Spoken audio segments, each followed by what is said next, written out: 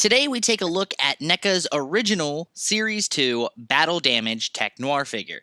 This series was originally released back in September of 2011 with two other figures, as Neca does their series in threes, unless they're separating them into waves. Sometimes you get a Series 1, Wave 1 and 2. Sometimes you just get waves and then there is no Series 2 because the line doesn't do well. So it just depends. Like the Blade Runner, the Series 1 was actually only two figures, and then Series 2 will be two figures. And then you have the Ultimate figures, which actually don't really have a series to them. They just kind of release them one at a time. Now, this series included the Police Station Assault T800 along with the Steel Mill T1000 figure, which I have already reviewed, and I will put a link somewhere around here now. All right, awesome. Now, the series has since been discontinued as Neca made way for the revamped Ultimate line of Terminator figures. The Ultimate Tech Noir figure actually combines both of the original clamshell releases into one joyous box.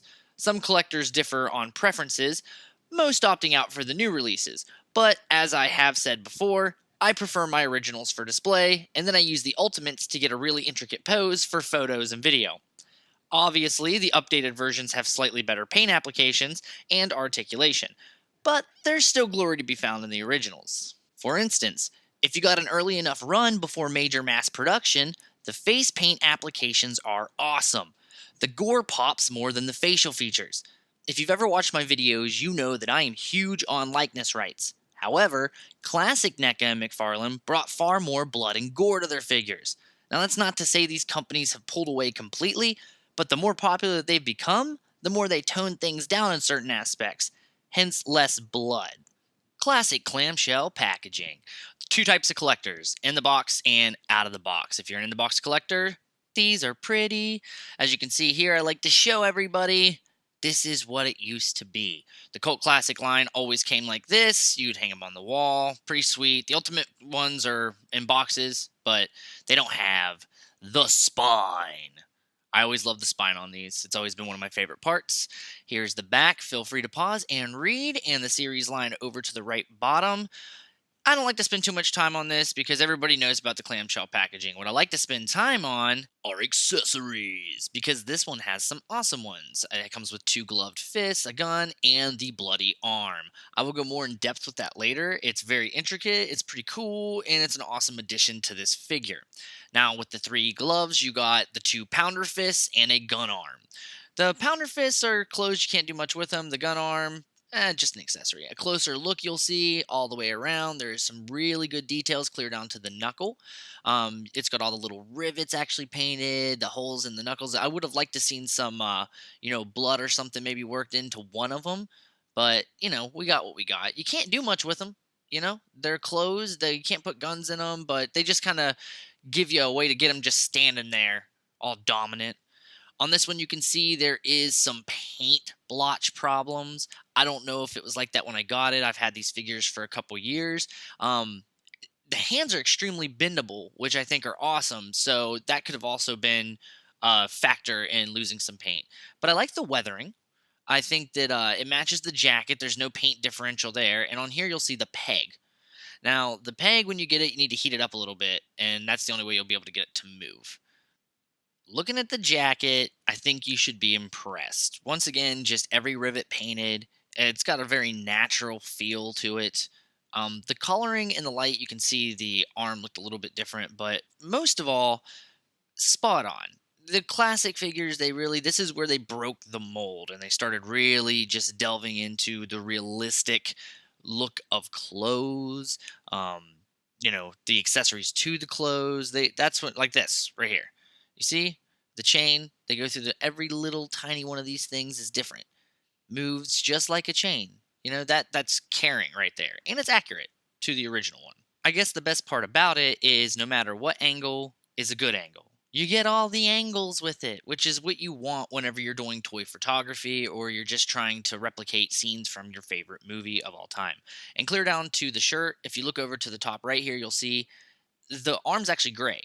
But if you look at the movie, they matched it up perfectly with the shirt pattern. It's awesome. And the hips, you got articulation. Now, I don't know if an endoskeleton moves like this, but you get a shimmy on it, which is pretty cool. On the head here, you're going to get 360 degrees of rotation. all the way around so you can get any look you want. The arms as well. It goes up like this, stiff in the shoulders, but it does twist. Like any figure, I always recommend that you heat them up so that you get the articulation without breaking it. Arms a little stiff as well. I don't move them that much. The hands, however, very loose.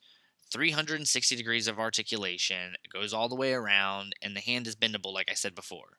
Very bendable. One of my favorite figure hands ever by them. Other side, same way. 360 degrees, it rolls around.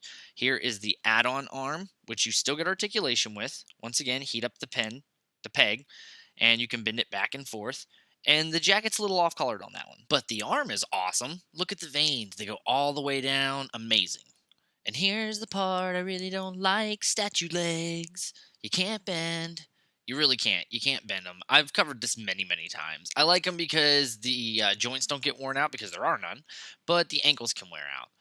Down here in the boots is where you get your pivot. So it bends here. So it's not really an ankle pivot, it's a calf pivot. Calf muscle pivot is what it is. But, you can stage it in a way where he doesn't fall over because the bottoms are flat. You see here?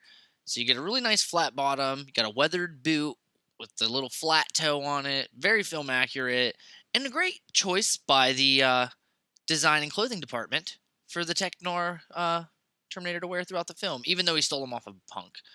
Bill Paxton's friend, Jersey Face, Punk number 2. You guys want to see something cool? Watch this. So you get articulation with the additional one, but watch when you pop it open. Boom, confetti. Look at the paint.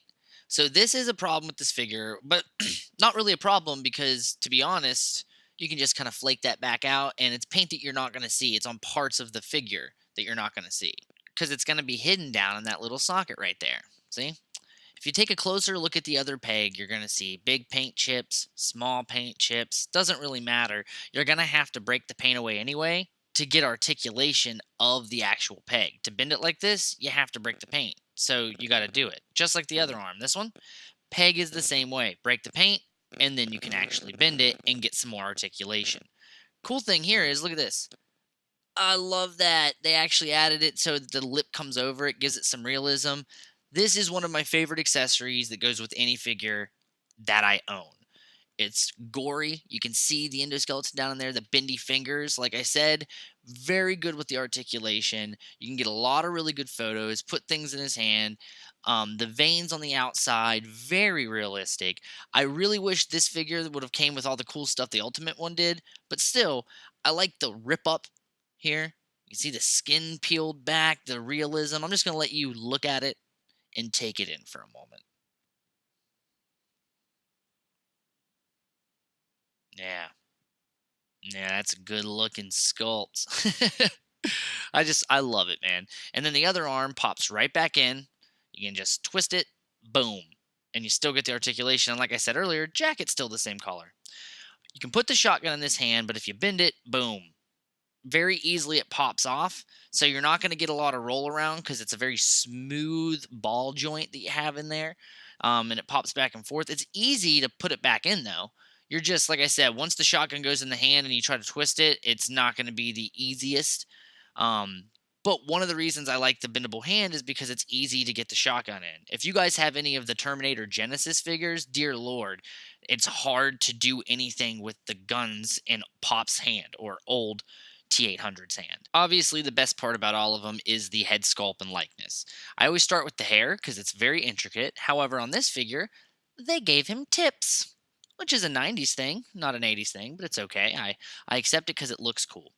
I'd say the best part about it is no matter what angle you put this one at, it looks like Arnold. Some of the other ones, depending on how you look at it, doesn't actually have the exact likeness, but I really, really enjoy this one. I love the bloody eye socket. Think it's cool.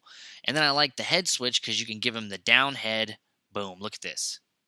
Terrifying. Just so awesome. Alright guys, thanks for watching. That is the Battle Damage T-800 Tech Noir. And until next time, keep on collecting.